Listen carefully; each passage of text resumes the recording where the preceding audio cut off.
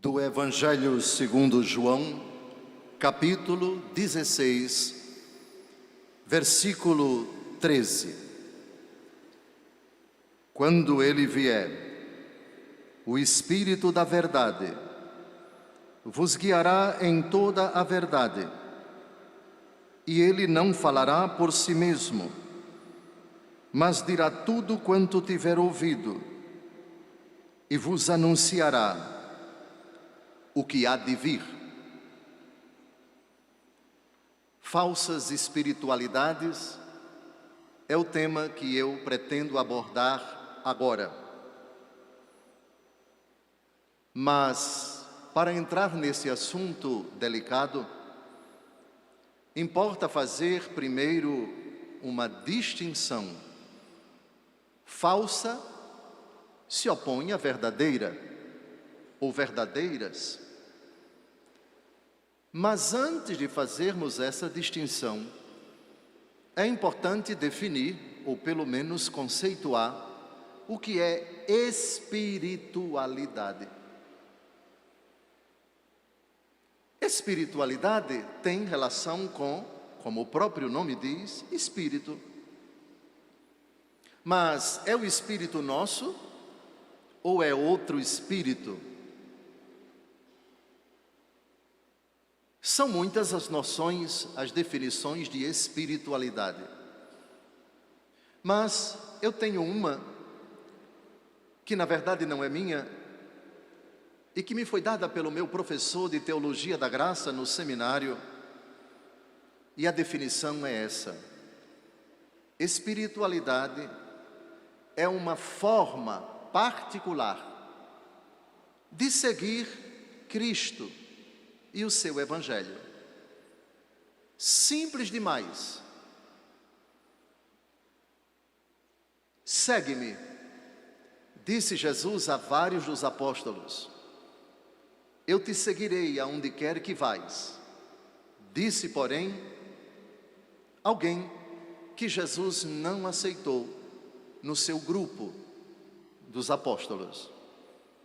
Seguir Cristo nos passos do Espírito, movidos pelo Espírito. Aqui está o seguimento de Cristo, aqui está aquilo em que consiste a espiritualidade. Há muitas formas de se seguir Cristo, inclusive aquela do diabo. Vocês sabem que o diabo tem uma, aspas, espiritualidade, uma forma de seguir Cristo. Ele seguia nosso Senhor para tentá-lo.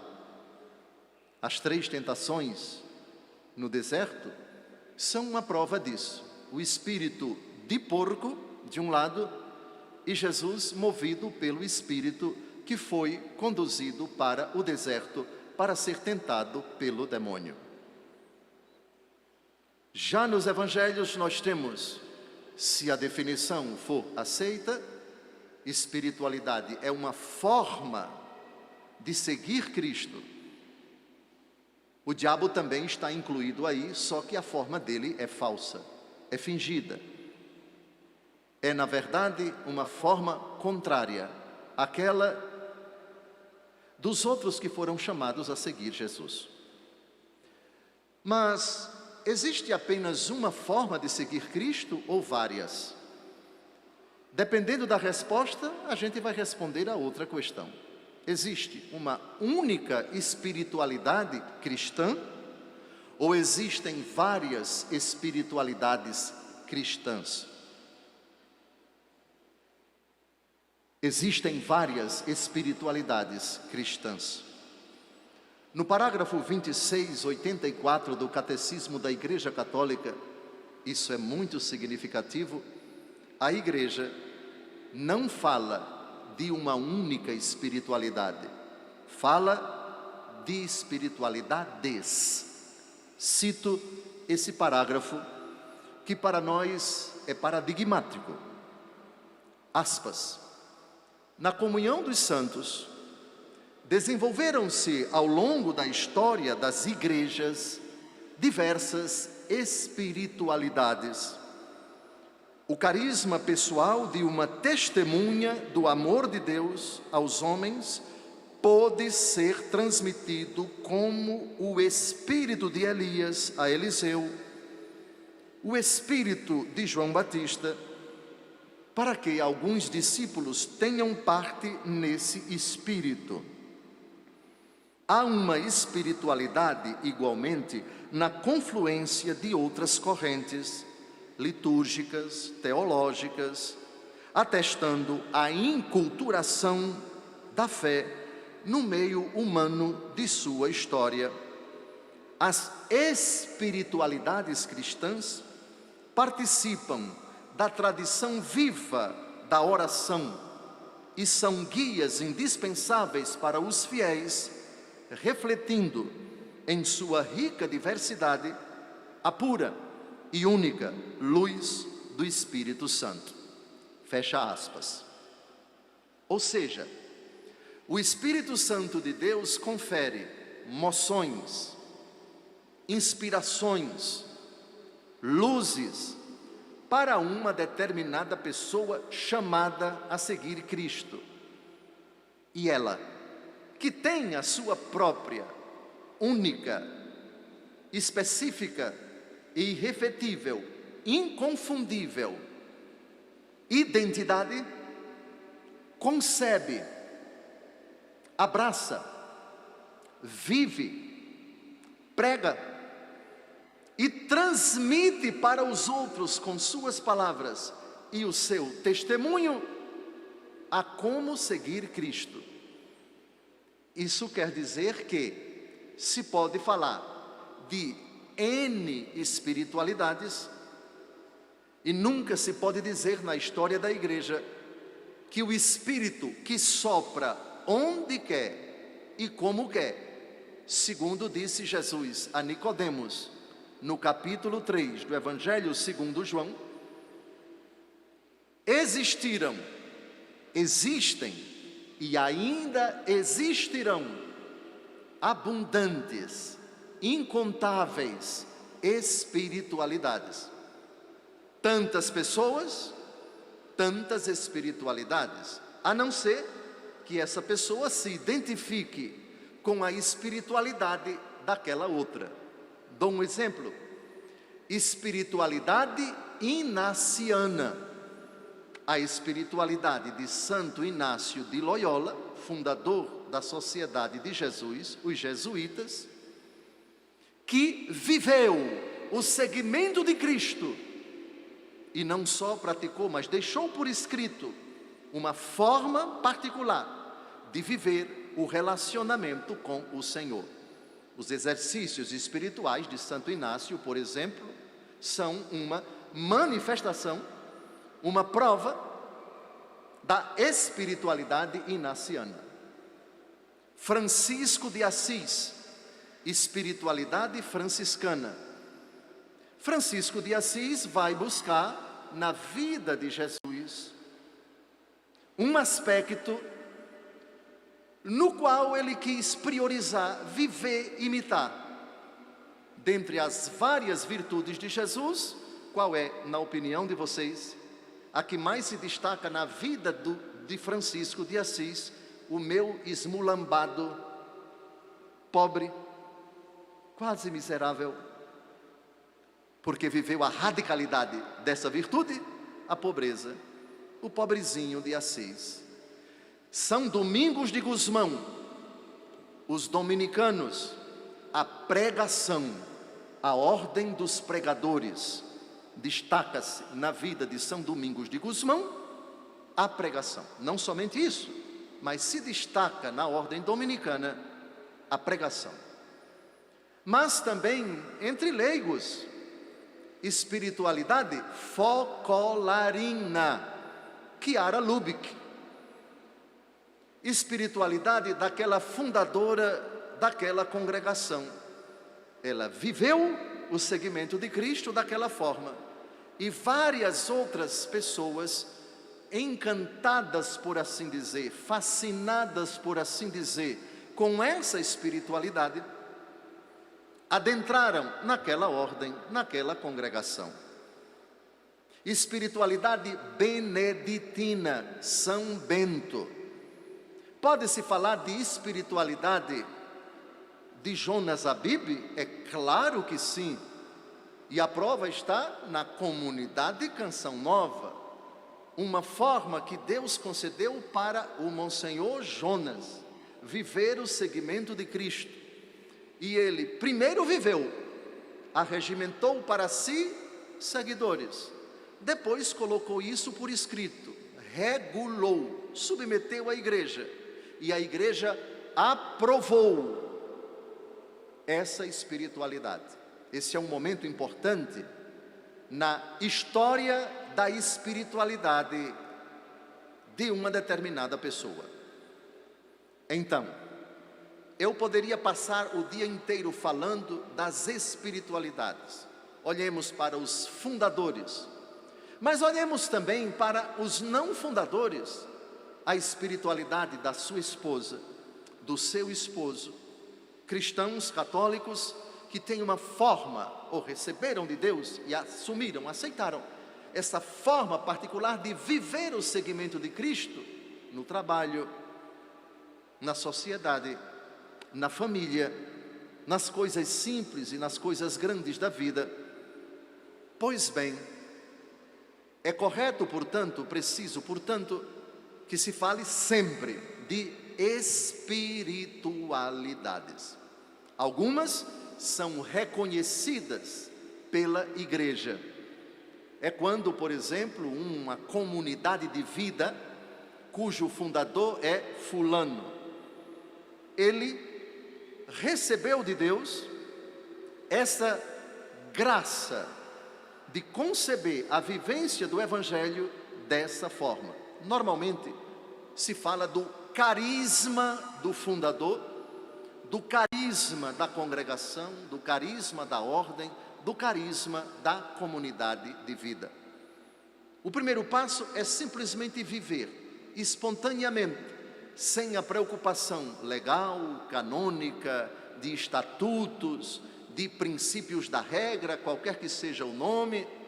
Depois, ciosos de que a igreja reconheça esse carisma em nível particular, diocese, em nível de estrutura um pouco maior, conferência episcopal, ou em nível universal, a Santa Sé, submete-se para que tenha-se a aprovação, o reconhecimento oficial daquele carisma por parte das competentes autoridades eclesiásticas.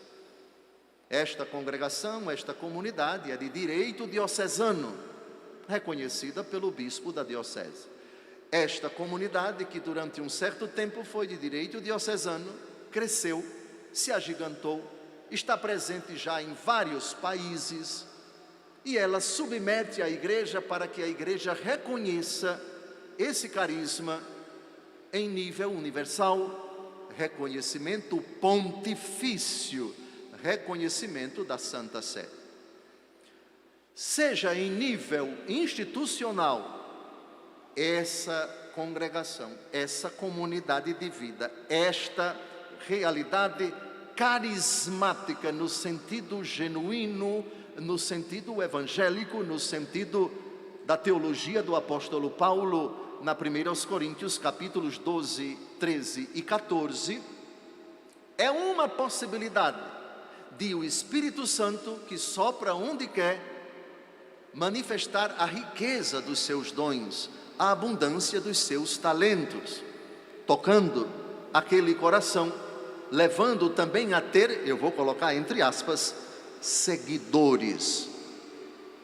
Bem, agora vamos estabelecer os critérios para nós reconhecermos em qualquer lugar do mundo a verdadeira ou as verdadeiras espiritualidades e as falsas. Aqui eu não vou entrar no âmbito da espiritualidade hindu, da espiritualidade shintoísta, da espiritualidade das grandes religiões ou crenças do Oriente, nem também vou entrar nas espiritualidades dos cristãos não católicos. Não, essa não é a proposta dessa palestra. A proposta é estabelecer as verdadeiras espiritualidades com esses princípios, e aí se pode, por exclusão, se aquela dita espiritualidade não atender a esses requisitos da igreja, elas não são verdadeiras autenticamente, ou tem algo de falsidade, ou são completamente falsas. Amém? Primeiro critério: o caráter particular da espiritualidade e da oração cristã tem como centro, origem, meio e fim, a Santíssima Trindade, o Pai, através da mediação de Jesus Cristo, na força do Espírito Santo. É São Paulo quem diz na 2 aos Coríntios, capítulo 13, versículo 13: a graça de nosso Senhor Jesus Cristo, o amor do Pai e a comunhão do Espírito Santo estejam convosco.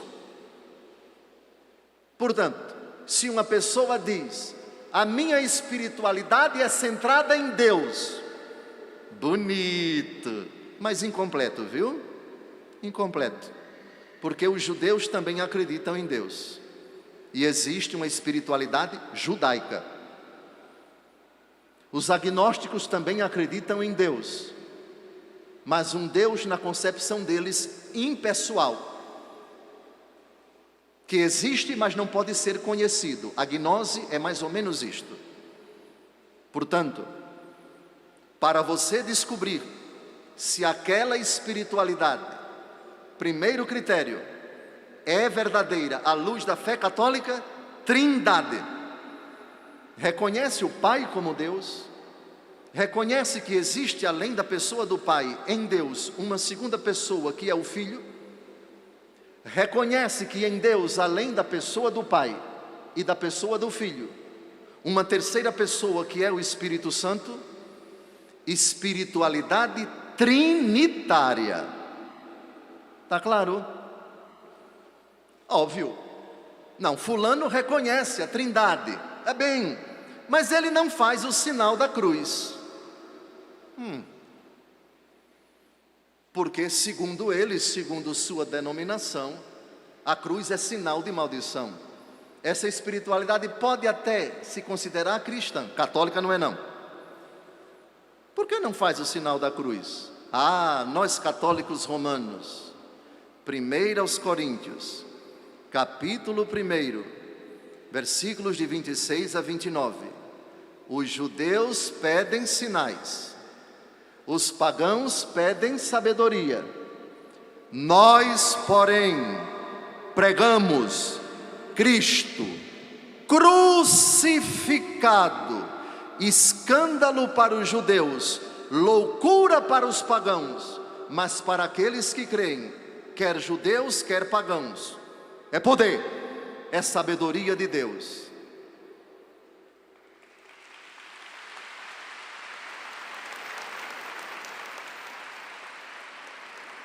Portanto, a espiritualidade daquela pessoa é trinitária, mas é uma trindade que não aceita essa realidade, que é o centro da pregação cristã. Sim, perfeito, você aceita a Trindade, mas não aceita a cruz. Então nós entramos na segunda característica da espiritualidade cristã: o valor primário e fundamental da ressurreição de Cristo. Primeira característica, Trindade. Segunda, ressurreição do Senhor. Atos, capítulo 2, versículos de 31 a 32. Ele não foi abandonado na região dos mortos, e sua carne não conheceu a corrupção. A este Jesus, Deus o ressuscitou, do que todos nós somos testemunhas. Cristo crucificado, morto e ressuscitado. Portanto, a ressurreição de Cristo, que é o fundamento da nossa fé, a síntese da pregação do apóstolo Pedro no dia de Pentecostes. Aliás, eu citei o finalzinho do discurso dele no dia de Pentecostes. Deus o ressuscitou. Ressuscitou porque morreu. Morreu porque sofreu. Sofreu porque foi crucificado. E a crucificação do Senhor, iluminada pela ressurreição, é o centro da pregação cristã. Amados, era isso que eu queria, que eu pediria a vocês que não esquecessem jamais. Por favor, doravante, não me moleste ninguém. Fui crucificado para o mundo e crucifiquei o mundo, diz o apóstolo Paulo.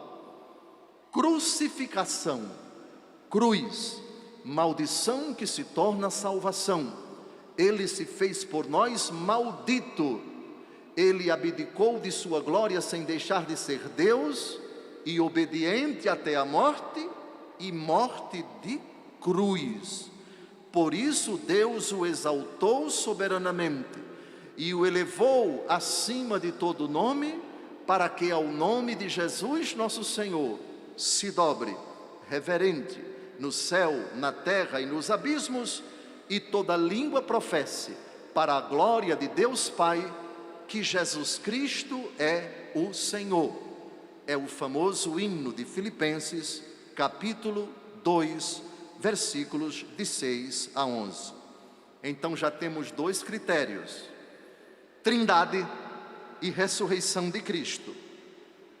Terceira característica da espiritualidade, para que ela seja identificada na hora como católica romana: a centralidade da Eucaristia. A autêntica espiritualidade deve conduzir o fiel a uma participação plena e consciente da Eucaristia, na qual o corpo de Cristo é dado como alimento, oferecido em sacrifício por nós. A estrutura do presbitério da Igreja Católica Apostólica Romana, sabiam que é diferente da estrutura do presbitério de uma denominação cristã não católica do Ocidente? Quando você entra num templo católico, primeiro você vê duas mesas. Uma que se chama altar, a outra que se chama, em algum lugar do presbitério, a mesa da palavra, isto é, o ambão. A palavra altar não existe na liturgia cristã não católica do Ocidente. Altar é o lugar do sacrifício. Para nós católicos, a missa é sacrifício de Cristo, perpetuado em todas as celebrações, em todos os altares da terra. O protestantismo não aceita isso. O protestantismo vê nisso uma blasfêmia. Segundo eles, o único sacrifício irrepetível, operado uma vez por todas, é o sacrifício do Calvário. Os católicos cometeriam, segundo Lutero, uma blasfêmia em dizer que a missa é sacrifício. Segundo eles, a missa é uma repetição, portanto, uma espécie de segundo, terceiro, quarto sacrifício. Para nós católicos, a missa não é uma mera repetição, é a perpetuação do único e eterno sacrifício de Cristo no Calvário.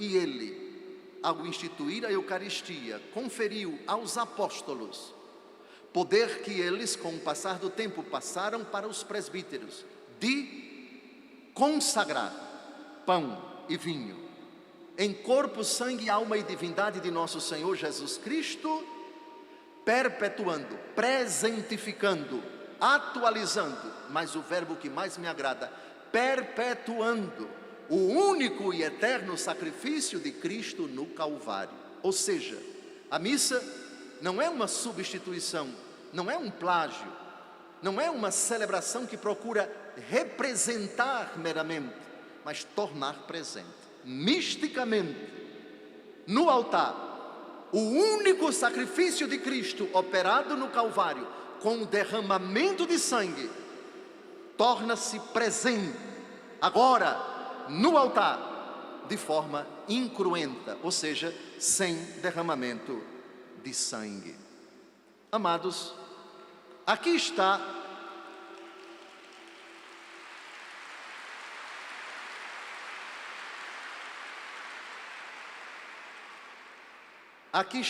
um elemento identificador das espiritualidades. Qualquer espiritualidade que creia na Trindade, professe a ressurreição de Cristo, mas não é conduzida, não é apontada, não é dirigida, não é direcionada como fim, como ápice de toda a vida da igreja. Cuidado com essa espiritualidade. Trindade sim, missa não. Epa, tem alguma coisa errada, e bem errada. Trindade sim, ressurreição de Cristo sim, mas missa não, Eucaristia não. Essa não é espiritualidade católica. Sacrosanto Concílio, um documento do Vaticano II sobre a Sagrada Liturgia, parágrafo 10. A liturgia é simultaneamente a meta para a qual se encaminha a ação da igreja e a fonte de onde promana toda a sua força. A liturgia não esgota toda a ação da igreja, atenção, mas é a meta para a qual se encaminha a ação da igreja. E temos isso nas palavras de Jesus: fazei isto em memória de mim. Portanto, perguntem àqueles que não querem vínculo com a Eucaristia, mas se julgam detentores, possuidores, vivenciadores de uma espiritualidade baseada lá no passado, de algum santo, de algum místico, etc., e não faz nenhuma referência à Eucaristia, e não vive da Eucaristia, e não adora a Eucaristia. Tem alguma coisa errada. Tudo indica sinal de falsidade como critério católico para essa suposta espiritualidade. Quarto critério para você julgar uma autêntica de uma falsa espiritualidade: a autoridade da Sagrada Escritura. Reparem a frase fantástica de outro documento do Vaticano II, na Dei Verbum, Palavra de Deus, sobre a Palavra de Deus, a Divina Revelação, parágrafo 21. A Igreja venerou sempre as Escrituras divinas como venera o próprio corpo do Senhor. Portanto, o culto que se deve dar à Eucaristia é culto de adoração. Mas a Bíblia não é corpo, sangue, alma e divindade. Ela não pode ser adorada, porque é um livro, portanto é uma criatura, é papel, materialmente falando. Portanto, no sacrário, Cristo em corpo, sangue, alma e divindade. Diante dele, se a pessoa pode, deve adorar o Senhor. Padres do Brasil e do mundo, cuidem para que nas capelas do Santíssimo, diante do sacrário, haja genuflexório, para Jesus ser adorado, ordinariamente de joelhos. Eu particularmente tenho reservas para a capela do Santíssimo Sacramento que não tem genuflexório. Não me agrada muito. Ou seja, no sacrário, Jesus deve ser adorado. Na Bíblia Sagrada, que em qualquer presbitério deve ocupar, quanto possível, um lugar de destaque, a Bíblia tão honrada, atenção, é o que a igreja diz, tão venerada quanto a Eucaristia. A estrutura do presbitério da Igreja Católica é essa: mesa da palavra, ambão; mesa da Eucaristia, altar. A Eucaristia é refeição, é ceia, é verdade. A Eucaristia foi instituída sob forma de ceia. Desejei ardentemente celebrar esta ceia convosco, disse Jesus, ao instituir a Eucaristia.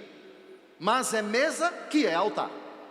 Essa nomenclatura deve ser absolutamente reiterada: altar, e não apenas mesa. Ambão não é altar, ambão é mesa da palavra. Altar, mesa que é altar. Mesa, porque a Eucaristia é celebrada sob forma de refeição, mas uma refeição que é absolutamente única. Esse é o cálice do meu sangue, o sangue da nova e eterna aliança, derramado por vós. Onde tem sangue derramado, tem sacrifício consumado. Sangue derramado, sacrifício consumado. Sacrifício, realidade que no Antigo Testamento era feita no altar, no templo. E para mostrar a unicidade do sacrifício, em todo Israel só havia um lugar para o sacrifício: o templo de Jerusalém, onde havia o altar, onde eram oferecidos os holocaustos. Os animais eram mortos, o sacrifício, o sangue era aspergido no altar e ao redor dele. Pois bem, Eucaristia, juntamente com a Sagrada Escritura. Portanto, quarto critério: fulano crer na Trindade, segue Cristo, ou pelo menos diz que segue. Ressurreição de Cristo, crê na ressurreição do Senhor. Depois, ele crê na Eucaristia. Muito bem, mas a Bíblia não é lá muito livro de leitura dele. Cuidado, existe espiritualidade eucarística, claro que sim, mas ela deve ser inserida na fé na Trindade, na fé na ressurreição e na autoridade da palavra de Deus escrita. Continua a igreja: sempre a igreja as considerou, palavra de Deus escrita e Eucaristia, como de fato o fundamento, a regra suprema de sua fé. Regra suprema da fé católica é a palavra de Deus escrita. Ela, na verdade, é o segundo momento no Novo Testamento da palavra de Deus na vida da igreja. Jesus não começou o seu ministério público escrevendo nada, nem os apóstolos começaram o seu ministério escrevendo nada. Jesus começou sua vida pública pregando. Os apóstolos começaram a sua missão após Pentecostes pregando. 10 ou 15 anos depois é que eles começaram a sentir a necessidade de colocar alguma coisa por escrito para atender a necessidades pontuais das comunidades cristãs. Roma já tem uma comunidade cristã e mandam os cristãos de lá perguntas para São Paulo. São Paulo escreve a carta aos romanos. Filipos, cidade da Grécia, hoje inclusive, os cristãos de Filipos formulam perguntas a São Paulo. São Paulo, muitos anos depois, escreve aos filipenses.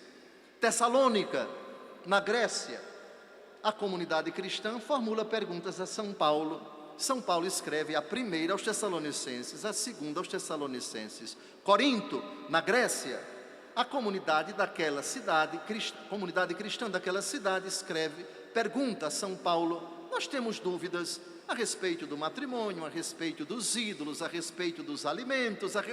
São Paulo escreve a primeira aos Coríntios, a segunda aos Coríntios. Os cristãos da região da Galácia, atual Turquia, carta aos Gálatas. São Paulo também escreve a bispos, 1 Timóteo, 2 Timóteo, mas isso muito tempo depois da palavra oral. Portanto, na ordem, palavra de Deus oral, depois palavra de Deus escrita. Nem a palavra de Deus oral, nem a Eucaristia é regra suprema da nossa fé. Somente a palavra de Deus escrita, Dei Verbum, número 21, sempre a Igreja considerou e continua a considerar, juntamente com a sagrada tradição, como regra suprema de sua fé. Bonito? Tradição e escritura, na ordem, escritura e tradição. Somente a escritura não é sinal explícito de espiritualidade católica. A escritura na tradição da igreja, a escritura como entendida pela igreja, a escritura como interpretada pela igreja. Nos Atos dos Apóstolos nós temos uma prova dessa afirmação que eu acabei de dizer para vocês. Estamos no capítulo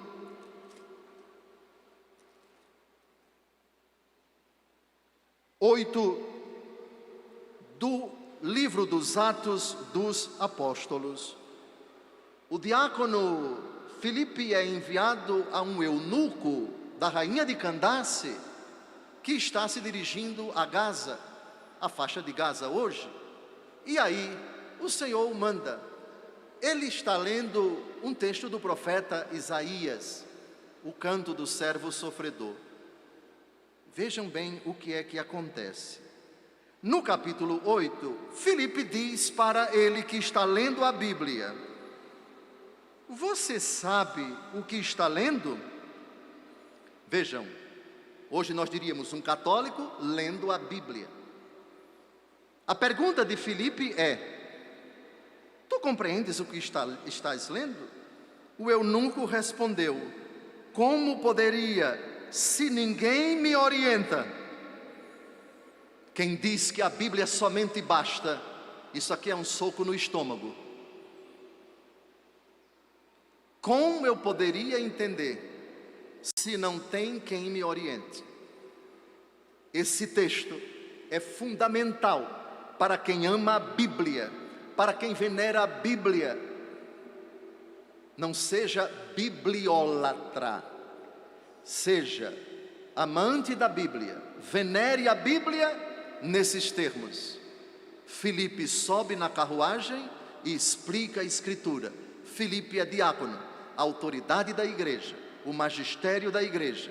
A Bíblia não tem um manual de autointerpretação. A Bíblia não se interpreta. Martinho Lutero diz: sola scriptura, só a Escritura. Epa, só a Escritura? Resolva esse problema, meu amigo. Como eu poderia compreender se ninguém me orienta? Bíblia e igreja, Bíblia e magistério da igreja. Caso contrário, caminhamos para o protestantismo.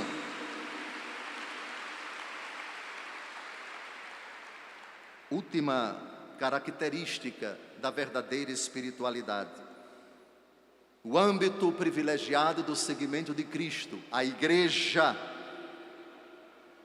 A Lumen Gentium número 3 diz, outro documento do Vaticano II: Cristo, a fim de cumprir a vontade do Pai, deu começo na terra ao reino dos céus e revelou-nos o seu mistério, realizando com a própria obediência a redenção.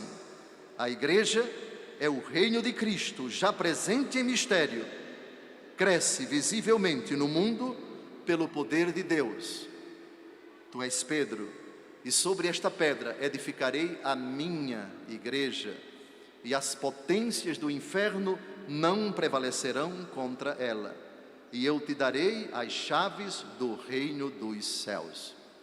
Portanto, as 5 características bem amplas das espiritualidades católicas são estas, e eu gostaria de recordar para que vocês nunca mais as esquecessem: Trindade, ressurreição de Cristo, Eucaristia, Sagrada Escritura e Igreja. Pronto. Agora vamos tratar, eu já fui avisado que tenho 30 minutos, que beleza, ótimo, vai ser suficiente para a gente expor o nosso modesto raciocínio. Vamos aos perigos de algumas espiritualidades, ou, se esses perigos se manifestarem, o desconfiômetro já deve ser ligado. Epa, tem alguma coisa errada, aqui está faltando alguma coisa. Isso pode ser indício de algo complicado, de algo que eu tenho que pensar duas vezes, antes de passar para frente, antes de me reunir, antes de ler esses livros, antes de participar dessas reuniões e assim por diante. Primeiro, presença insuficiente do significado salvífico da ressurreição de Cristo. Ali se fala pouco, ou se duvida, ou se contesta que Jesus ressuscitou. Isso é um perigo e um indício de uma falsa espiritualidade. Pouco sentido de pertença à igreja. Fulano pode até parecer uma pessoa piedosa, reza, etc., mas missa para ela não diz muito. Dificilmente aparece, frequenta o santo sacrifício da missa. Desconfie. Depois, a pessoa e a ação do Espírito Santo. É o Espírito de Deus quem age em vós com gemidos inexprimíveis, diz o apóstolo Paulo na carta aos Romanos, capítulo 8, versículos de 26 a 28. Sem o Espírito de Deus, é São Paulo quem diz, ninguém pode dizer Jesus Cristo é o Senhor, senão no Espírito Santo. Ora, se você tira o Espírito Santo como motor, como o que move, como o que anima, como o que concede dons, carismas e ministérios, o grande perigo é que a própria pessoa se presuma autora, senhora, dona, responsável por aquilo que na verdade não é dela. 1 Coríntios capítulo 4, versículo 7. O que tens que não tenhas recebido? E se recebeste tudo, por que te vanglorias? Vamos repetir? 1 Coríntios capítulo 4, versículo 7. O que tens que não tenhas recebido? E se tudo recebestes, por que te vanglorias? Agora vamos entrar numa questão, a devoção aos santos, que é legítima no seu devido lugar, situada no contexto desses 5 pilares que já falei. A desproporção entre a estima pelo culto dos santos e a consciência da absoluta soberania de Jesus Cristo e do seu mistério. Cremos na comunhão dos santos, recorremos a eles. Capítulos 5 e 8 do Apocalipse de São João. A fumaça no turíbulo subia com as orações dos santos. No céu, eles rezam por nós. Onde está na Bíblia que os santos rezam por nós? Apocalipse, capítulo 5. Apocalipse, capítulo 8. Onde está na Bíblia que vocês católicos dizem, rogai por nós? 1 aos Tessalonicenses, capítulo 5, versículo 25. Orai por nós. É São Paulo quem diz. Nossa Senhora deu esse exemplo, intercedeu junto a Jesus nas bodas de Caná. Rogai por nós. A morte não nos separa dos irmãos que estão na glória, que continuam a rezar por nós. Orações dos santos, Apocalipse 5 e 8. E aqui na terra, irmão, reze por mim, fulano, roga por mim, vocês, rogai, vós, rogai por nós. Mas os santos não devem ocupar o lugar de Deus. Coisas do tipo missa em ação de graças a Deus e a Nossa Senhora. Deixe de ser herege, rapaz. Diga uma coisa dessa não. Missa em ação de graças a Deus. A missa é ação de graças ao Pai, pelo Filho e no Espírito Santo. A missa não é ação de graças a Nossa Senhora. Por favor.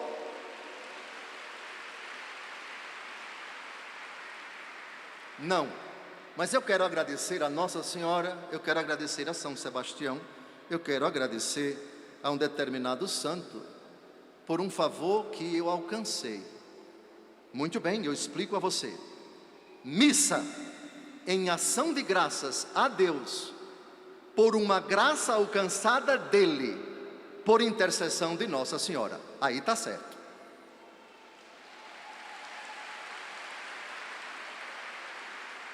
Não existe missa em ação de graças a São Miguel, não existe missa em ação de graças a nenhuma criatura. Eucaristia significa ação de graças por Cristo, com Cristo, em Cristo. A vós, ó Pai Todo-Poderoso, toda a honra e toda a glória, agora e para sempre.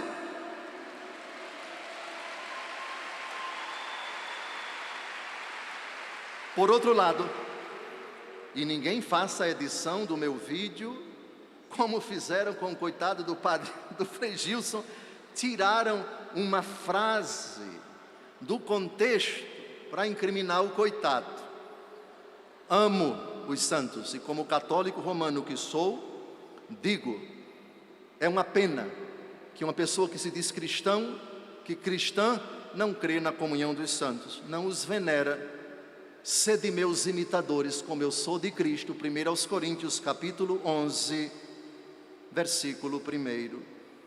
Eles são modelos a serem imitados, eles são recursos a ser buscado, e são também companheiros na missão. Cercados como estamos por uma tal nuvem de testemunhas, corramos ao certame que nos é proposto, tendo o nosso olhar fixo no autor e consumador de nossa fé, Cristo Jesus.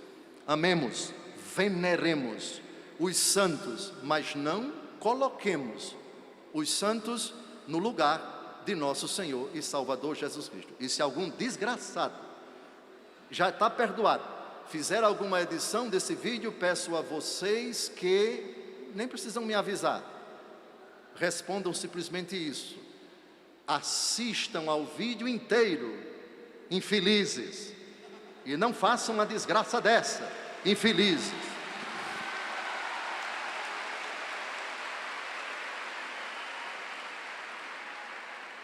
O raro contato direto com a Sagrada Escritura. Eu não estou dizendo nada contra os escritos dos santos, dos místicos, que devem ser lidos, que têm o seu lugar. O que é estranho é, por exemplo, se aquele grupo se reúne e lê o texto daquele santo, aquele diário, aquela obra, etc. E naquele contexto a palavra de Deus não é lida, pouco contato com a Escritura, pouca referência à Escritura, é algo preocupante. O distanciamento da vida sacramental da igreja. Há quanto tempo você não se confessa? Eu me confesso com Deus. Cuidado, confissão, nada. Eucaristia, também nada. Contato com os sacramentos, também nada. Tem alguma coisa errada com essa espiritualidade. Depois, a tendência de separar o momento cultual dos compromissos da vida cristã. O cuidado com os pobres, o socorro aos indigentes, o arregaçar as mangas e fazer materialmente o que está ao alcance para aliviar a dor e o sofrimento das pessoas. É uma espiritualidade, digamos assim, que não se condói com o sofrimento do próximo. E a parábola do bom samaritano, nesse sentido, coloca um levita, coloca um sacerdote e depois coloca um samaritano. E é esse quem vai prestar assistência ao coitado que está quase moribundo na estrada. Depois, a utilização de sinais, gestos e fórmulas que por vezes adquirem excessiva importância até a procura do espetacular. O fazer o sinal da cruz na frente de uma igreja pode ser sinal de piedade, nesses 5 critérios. Mas quando a pessoa se persigna, achando que se não o fizer, vai se acidentar, vai morrer, vai ter alguma coisa. Essa ideia de, olha, você recebeu aqui uma cadeia de oração, se você não passar adiante, vai acontecer uma desgraça na sua... Tenha jura, rapaz! Você é católico, você tenha juízo, rapaz! Que coisa! Faça uma cadeia de oração, etc. E veja depois de tantos dias o que é que vai acontecer. Fulano fez, ganhou na loteria, ganhou na Mega Sena. A coisa não é bem assim. Eu penso que a missa de hoje Não estarei mais aqui, Padre Gilson, mas Vossa Reverendíssima parece que é quem vai pregar. Jesus passa o dia inteiro curando, libertando as pessoas do poder das trevas, sai de madrugada para rezar, todos te procuram, Senhor, vamos para outro lugar, pregar os evangelhos nas outras aldeias, porque foi para isso que eu vim. Então, supliquemos a Deus, claro que a repetição, a insistência, a frequência, a constância nas orações, Quaresma de São Miguel, novenas, etc. Façam, pelo amor de Deus. A igreja recomenda essas autênticas formas de piedade, de espiritualidade, mas nunca associe a elas um resultado automático, um resultado imediato, como se Deus tivesse a obrigação de dar para você aquilo que você precisa. Às vezes, Ele dá antes de você começar. Deus é poderoso para dar sem que você peça. Deus é poderoso para dar, ponderando também a piedade do seu coração, a fé com que você faz aquela quaresma. Eu vou estar na sua quaresma em abril, se não me engano. Sim, vou com muito gosto. Mas a ideia de, digamos, absolutizar, dar um poder a uma realidade que bastaria, segundo alguns, ser recitada, sem uma conversão sincera, sem uma fé autêntica, precisamos tomar cuidado que a coisa não é bem assim. E depois, o último perigo, o risco em casos extremos de favorecer a entrada de seitas, levando à superstição, à magia, ao fatalismo e à angústia. Essas realidades, elas são incompatíveis com a autêntica espiritualidade cristã. Reze o seu terço, seja devoto do santo, siga aquele caminho que foi seguido por São Francisco, por Chiara Lubich, por Padre Jonas Abib, etc., sem, porém, deixar de considerar esses 5 critérios que foram abordados aqui.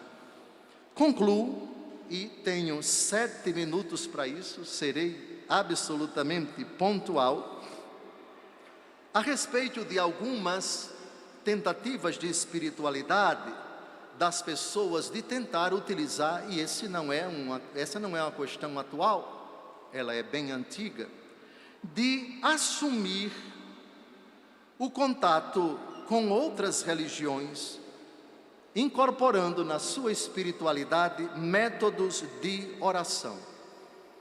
O que é que a igreja diz a respeito da yoga? O que é que a igreja diz a respeito de outros exercícios orientais, surgidos lá no Oriente, Índia e outros países? O que é que a igreja diz a respeito disso? Os métodos orientais. Há quem procure hoje tais métodos por motivos terapêuticos, está inquieto espiritualmente, sua vida anda muito agitada, e essa pessoa leu, ouviu e decidiu participar, pôr em prática, misturando, por assim dizer, elementos da fé cristã com esses exercícios. O aspecto psicológico desses métodos orientais, eu não vou entrar neles, mas é muito importante. Primeiro, eu peço a vocês que leiam um excelente documento da então Congregação para a Doutrina da Fé, Carta aos Bispos da Igreja Católica, acerca de alguns aspectos da meditação cristã, de 15 de outubro de 1989. E é baseado nesse documento que eu digo essas poucas palavras nesses 5 minutos que me restam. A questão não é tanto o exercício, o método, colocar as mãos assim, dobrar as pernas, cruzar as pernas, etc. São disposições corporais que não são encontradas na Sagrada Escritura. A meditação, enquanto tal, é um método de espiritualidade cristã. Meditar, a disposição do corpo na meditação, na palavra de Deus, rezar de pé, com os braços levantados, com os braços unidos, sentado, ajoelhado, prostrado, isto é, com o rosto no chão, o corpo todo ou parte dele, ou ajoelhado. Essas são as formas bíblicas de gestos corporais. Todavia, enquanto tal, as outras formas, as outras posições corporais de métodos que não são cristãos, em si, eles não são algo mau, mas a questão central é a finalidade daquele exercício mental, a finalidade daquela técnica, vamos dizer, de posição corporal e também de meditação. É meditação para quem? É para o Pai, para o Filho e para o Espírito Santo? Ah, tudo bem. É uma meditação que supõe e professa a fé na Trindade, a fé na ressurreição de Cristo, a fé na Eucaristia, a fé na Palavra de Deus. Ah, os 5 critérios. Não, aqui é tudo muito zen, aqui é você para sair de si, para entrar em outra dimensão. E como é? Que linguagem é? Não, é para você entrar, é o karma, é o mantra. Olha, respeita essa nomenclatura das pessoas, mas essa não é a linguagem cristã, não. Então pergunte ao você que faz o exercício de yoga em si, enquanto tal, ou qualquer outro método oriental, enquanto tal, o exercício, a disposição, o método de meditação, de relaxamento, sei lá, enquanto tal, ele não é proibido. Igreja, carta aos bispos da Igreja Católica, acerca de alguns aspectos da meditação cristã. Leiam esse documento. A posição dele é precisamente esta. A finalidade da oração cristã é a criatura chegar diante do Criador, que é Pai, Filho e Espírito Santo. É, portanto, a finalidade reconhecer os seus pecados, louvar, bendizer e glorificar a Deus, entregar o seu coração a Ele, professar, adorando, bendizendo e glorificando o Deus de Abraão, de Isaac e de Jacó, o Deus das Escrituras, o Deus que se encarnou, Cristo que é Deus com o Pai e com o Espírito Santo. Diga-me, você que está fazendo qualquer exercício de meditação oriental, isso está bem claro na sua vida? Isso está explícito? A pessoa com quem você faz yoga ou qualquer outro exercício crê nessas 5 verdades? Não, mas bem, olha, meu conselho, e com isso eu termino, é um jeito bem matuto, bem quadrado, bem atrasado, técnica de meditação, joelhos diante do Santíssimo Sacramento, isso basta. Louvado seja nosso Senhor Jesus Cristo.